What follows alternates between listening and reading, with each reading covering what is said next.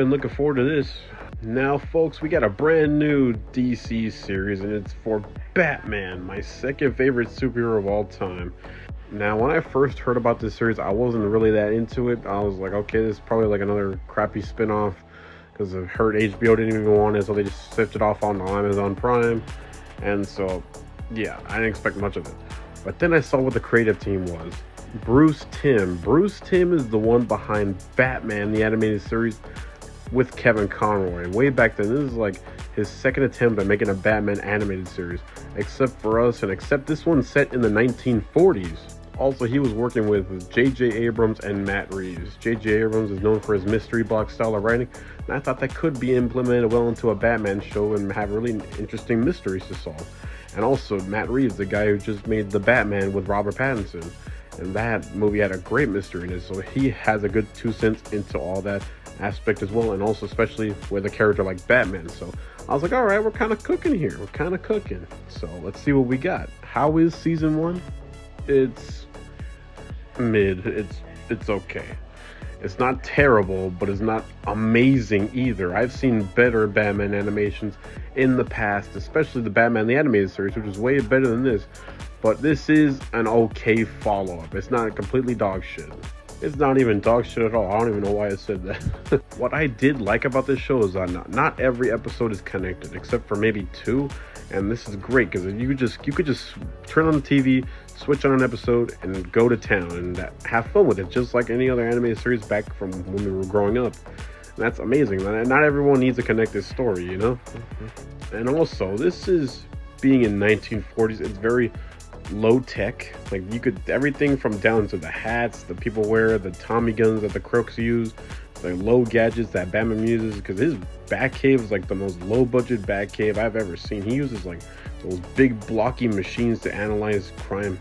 He doesn't use a big supercomputer like we're used to seeing him in modern entries. Just batarangs, smoke bombs, and one grappling hook. That's all you need when you're the Batman in the 1940s. But that's fine, not having a Batman so reliant on gadgets and technology, because that makes it like show his fighting skills even more. And this Batman is a good fighter. He has some great fighting scenes in the beginning of the season. And in the middle of the season, you could see it start declining a bit, and I did not like seeing that. And I don't like seeing the hero get his ass beat so easily.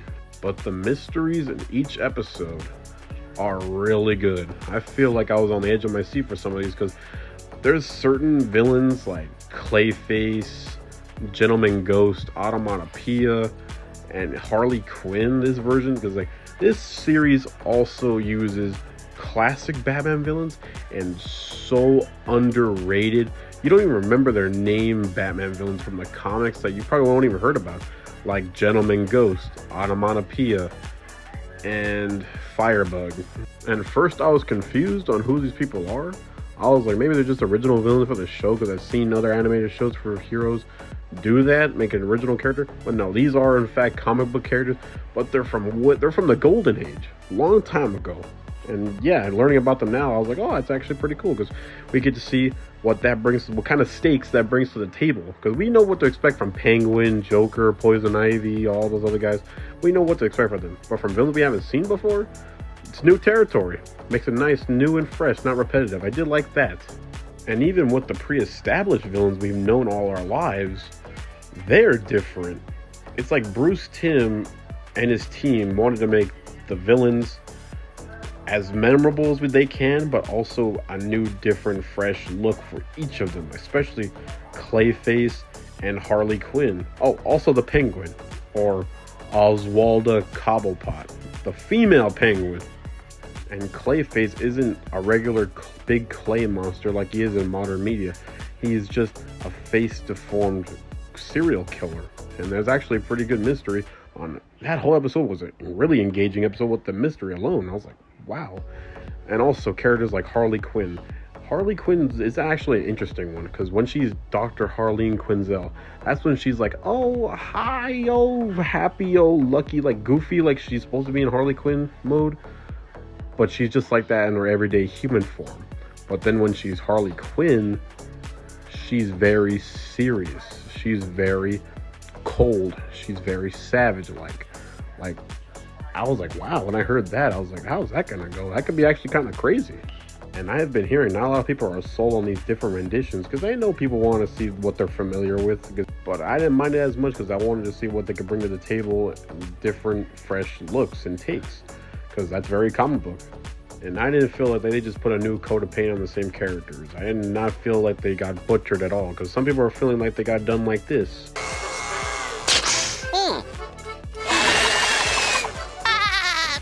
But some villains have great arcs, great mysteries, and great character work. But some do suffer from lacks of that. Like, I'd say Automatopoeia and Wednesday Addams. Maybe the Penguin, but then again, the Penguin's not really that complicated of a character. They just gender swapped it. But the characters of this show, like Commissioner Gordon, Barbara Gordon, they're the only good cops in this series. And you could feel it, because every cop you feel like that's in Gotham City is either dirty or crooked. I could probably be the same thing.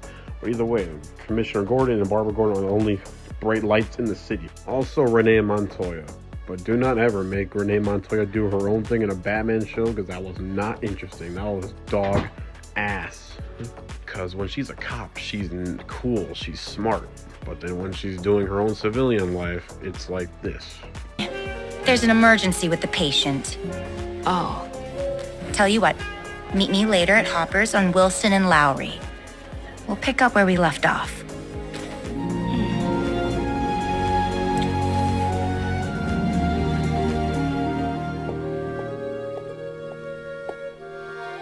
That was terrible. Can we get back to the Batman show, please?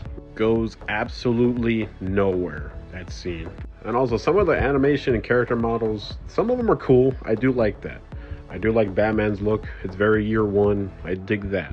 Even Alfred's look, I like that too, because that's from how he first looked originally, since the first time he was been invented. That's fine. That's cool. Even Commissioner Gordon, he looks great too. But some of these character models for Renee Montoya, Carleen Quinzel, and some other character, I forgot her name was, all look like the same character, just with different clothes on. Like, that is unbelievably lazy.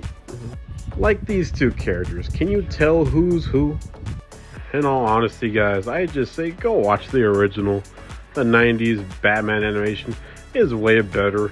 Like, we all know this. This is trying to recapture that, but we all know the OG is better. Kevin Conroy, R.I.P., is still definitive animated Batman. This guy in this show tries, but I can't stand his voice. It's not laughable like other voices have been in the past, but this one is like, I don't know, too much rugged. Like, there's some parts where he's like, oh yeah, Pennyworth, I can't stand this. I can't believe I let them get away with that. I can't believe I let Penguin shoot that police station. Oh yeah, Pennyworth, oh my god. There's some parts where I'm just like, huh? Also, this Batman is a huge ass. I don't like that he just treats Alfred with disrespect sometimes. I like it when Batman sees him and Alfred as equals, friends, guys who have each other's back, all that. This Batman is just like very dismissive and just calls him by Pennyworth, not Alfred. I did not like that. I don't vibe with that. Kevin Conroy for life. Also, this show's version of Catwoman sucks. Come on. She stinks. Batman Cape Crusader gets a C-.